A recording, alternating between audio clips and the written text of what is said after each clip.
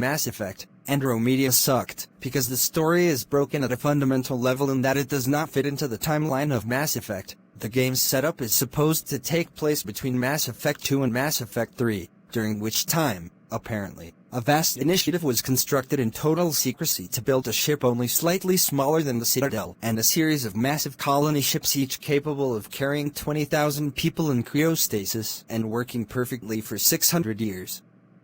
Nobody ever mentioned this in ME3, and all of this was apparently done because some ludicrously rich secret group chose to believe the Reapers were real, and a horribly strung-out colony on a planet that might not even be there when the fleet arrives would be a good idea. And if we do assume that the initiative somehow knew about the Reapers, which would require knowing the Citadel was part of their plans, but not bothering to tell anyone this, would they really be in such a hurry to start messing around with a piece of mysterious ancient alien technology on the first planet they came to? Moreover, the game completely drops the ball on its actual premise of first contact with an alien species. The good aliens, the Angara, already speak English when they are first encountered, and already know almost everything about the cultures of races from the Milky Way. There's literally no point in this game being set in Andromeda. One particular dialogue option is very telling in this regard. When the Angara teammate, Yael, is worrying about fitting in with a crew of aliens from another galaxy, one of the options is to reprimand him for being a bigot. It seems the writers genuinely thought any form of friction between groups of aliens could only be the result of one group being bigots, and since only bad people are bigots, there could be no friction among the good guys. It cannot be emphasized enough how childish this worldview is. The worst part is that most likely, the move to another galaxy was done purely because the director of the game was Mac Walters, the writer of Mass Effect 3 S ending, which is notorious for screwing over the entire Milky Way more or less regardless of what the player decides.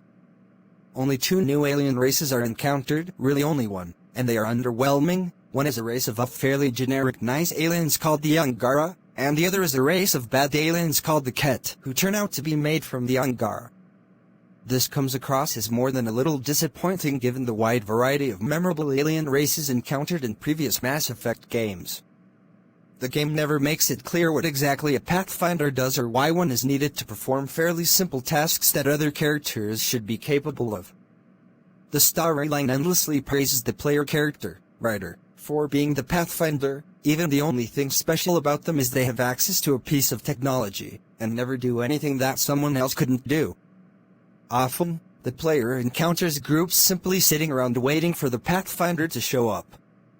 The result feels very similar to the issues Dragon Age Inquisition had, where the player character basically just had a magic thing, but otherwise sat around while everyone else made the plot happen, all the while constantly telling him he was important in some really vague way.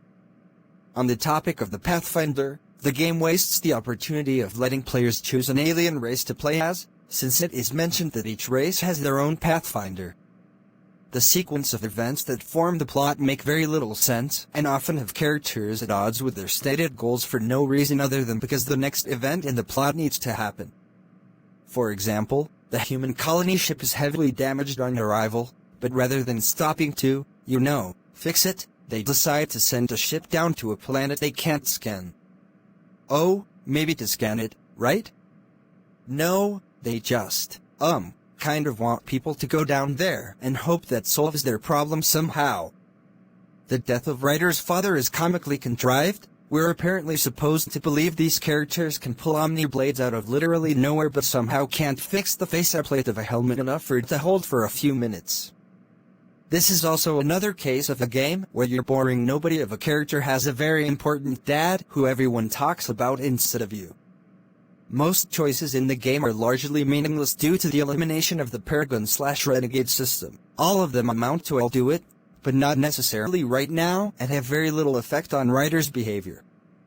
The game also doesn't tell the player what effects the choices will have. At one point they are asked if they want to place a military outpost or a science outpost, for example, but are not told what difference this choice is actually going to make, or why they are only allowed to place one outpost on an entire planet. Of the big choices that are supposed to matter, but don't, most are utterly contrived scenarios. For example, at one point the player is given the option to either blow up a Ket facility turning captive Angara into more Ket and kill everyone inside, or not blow it up and rescue the currently trapped Angara.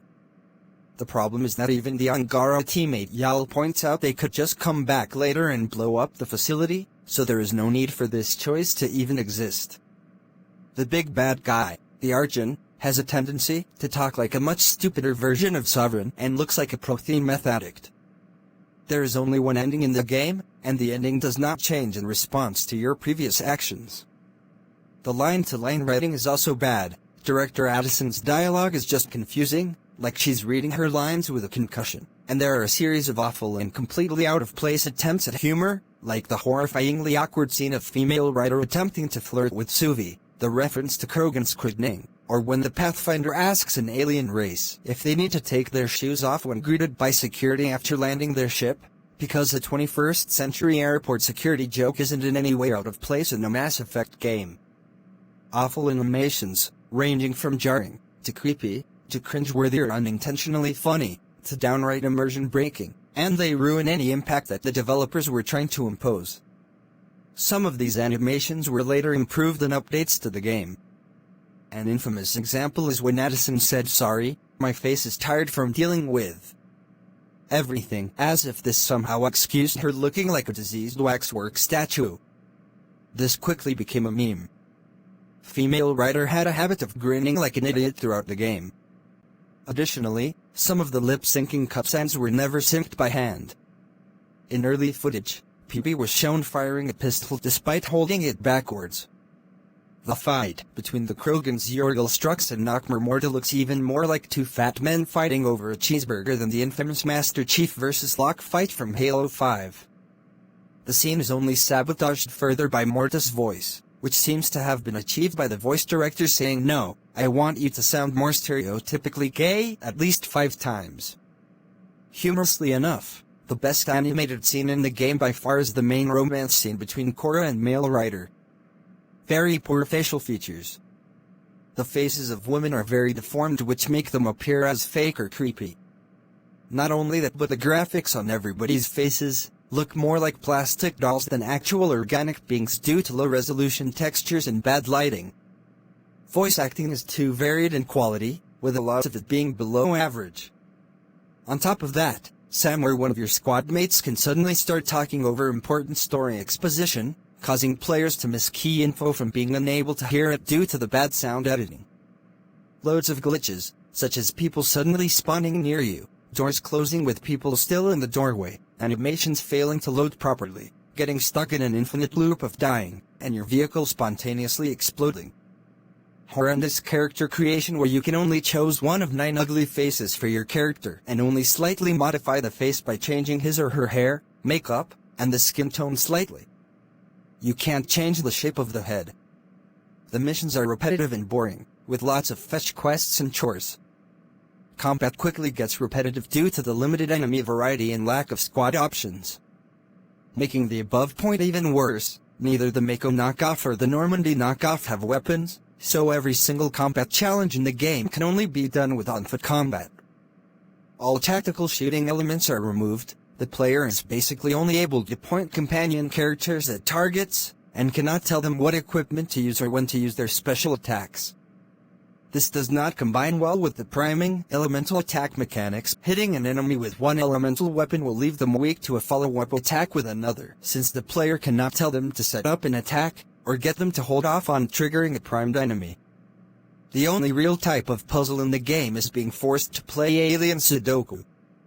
While the jump jets provide a momentary distraction, they are used to create alien jumping puzzles and are otherwise fairly poorly implemented into the game world. The multiple loadout function is neat on paper, but is implemented in an atrocious way. All of the abilities reset their cooldowns as if they'd just been used when a new combat profile is selected. This attempt at balancing having 12 skills available at once means it often takes so long for the power the player wants to use to be available that they have already long been able to kill whatever they wanted to use it on with conventional gunfire. Interestingly, when Ryder's dad is showing off the combat profile mechanic in the first mission, he can use powers immediately on switching. In addition, this solves a problem that the developers themselves created, specifically decreasing the number of skill slots down to just 3 and increasing ability cooldown times. This plus the automatic cooldown on selection means the player often has prolonged periods where they have nothing to do but wait for their skills to be ready again. Cliched, shallow teammate characters that can be unlikable and hard to get invested into, or just less interesting copies of previous companions. Unnecessary crafting system shoehorned into the game to make it longer. Badly designed menu system. It is very hard to find anything since it is all buried in nested submenus. At launch the system was clearly rushed, among other things having the option for subtitles in 2 different places, and glitchy, frequently failing to acknowledge actions like changing weapons. The planets that can actually be visited are barren and unimaginative, being generic single biome worlds, the ice planet, the desert planet, the jungle planet, etc. In general, if you find an interesting world while scanning planets, you can guarantee you won't be allowed to land there. There are unnecessary ship takeoff and landing cutscenes that you cannot skip. Even worse, the galaxy map has these too, with changing systems getting an animation, and even selecting a planet requiring a dramatic camera sweep.